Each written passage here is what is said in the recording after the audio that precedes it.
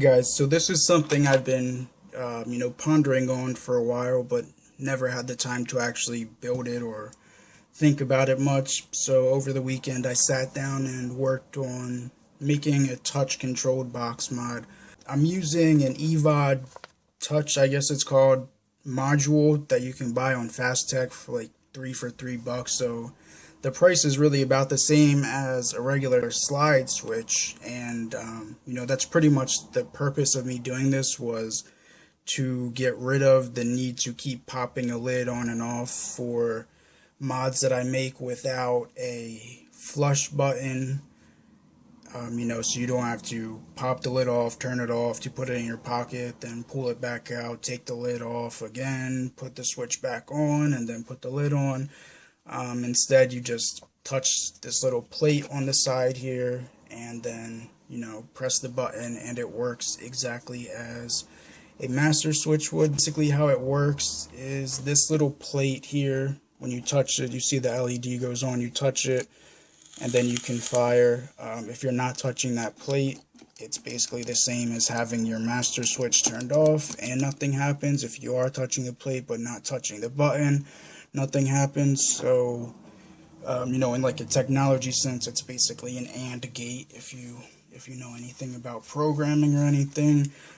So the way that it works is it's wired exactly like an unregulated Mosfet box mod, but instead of your positive lead from your batteries, one goes up to your positive pin on your connector, and then you either take it from there to the switch terminal, or taking one, from your positive parallel batteries or single batteries, take a lead from there up to the first switch terminal, and then take another wire down to pin 1 on your MOSFET.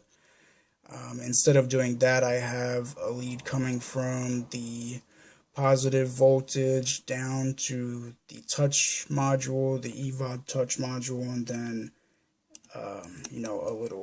this black wire down here that goes to negative, that powers the touch module, and then there is this tiny yellow wire here, and that's the output, which instead of this wire going to pin or the first terminal on your switch, you take your yellow wire, the output, and put it to that terminal. And then the same as a regular MOSFET box mod, this is the wire from the second terminal down to pin 1. So when you touch this, it flips on, and while that's on, now voltage, it's about 3.8 volts, is going up to the first terminal here, and then when it's on and you press the button, it takes the voltage from there and then puts it across the switch into the second terminal and then down to the MOSFET.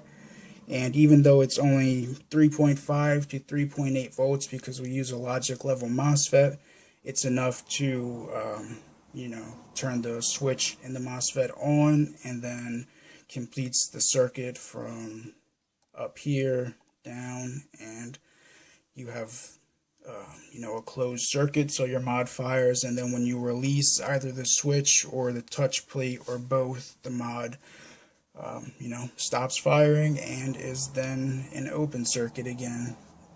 Wiring is really easy for the touch thing. That's one of the reasons that I chose the evod touch control board, that, and because it's got the LEDs, the touch module, and everything wrapped up into a really, really small package. So it worked well for, a proof of concept kind of deal.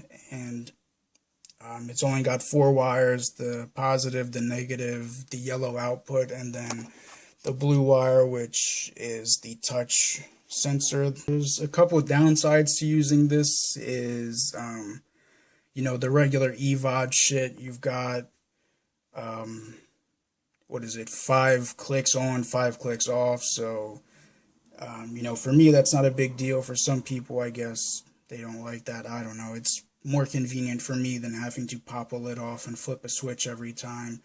And also you have the 10-second cutoff, which, again, for me, I vape probably no more than 5 seconds each pull, really, and that's plenty. So If you need to vape 10 seconds at a time, you probably need to get a new coil or something like that. The upsides to it for a touch mod, I mean, the only other touch mods you're going to see are those Frankenstein looking mods with two bolts out the side with, using the two bolts as contact points, which, for this, it's easier. You can use really any conductive material that can be soldered to and use that as your touch plate or touch the sensor.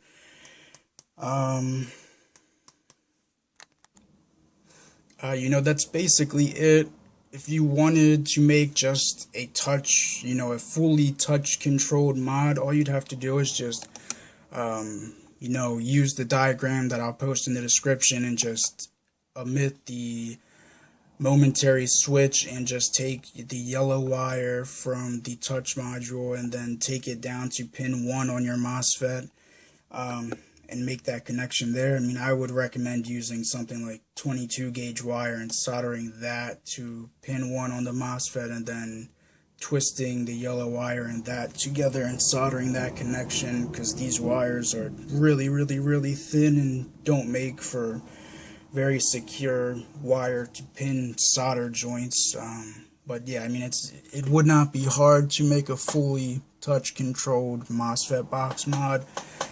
Using this, you have to use the Mosfet unless you vape above something like 1.5 volts. If you don't, then the board's just gonna go up in a puff of smoke, and that's gonna be it, because they're not really made to vape at low voltages, and I don't think they really have a protection circuit in it, because I fried 2 of them in just trying to wire it to see what would be the best way. Thanks, I was having some problems with the one and it ended up just frying. So yeah, but if you vape at 1.5 or above, you don't need the Mosfet. You could just put 2 Samsung 25Rs in and you'd have a gigantic ass ego battery that would last you like a week. Yeah, that's pretty much it though. That's probably the most simple touch controlled mod you can make. I mean, the final one, I don't know if I'll be using the evod touch control. I probably will end up just using a microcontroller. Now, I mean, this thing works really pretty great considering that it costs $1.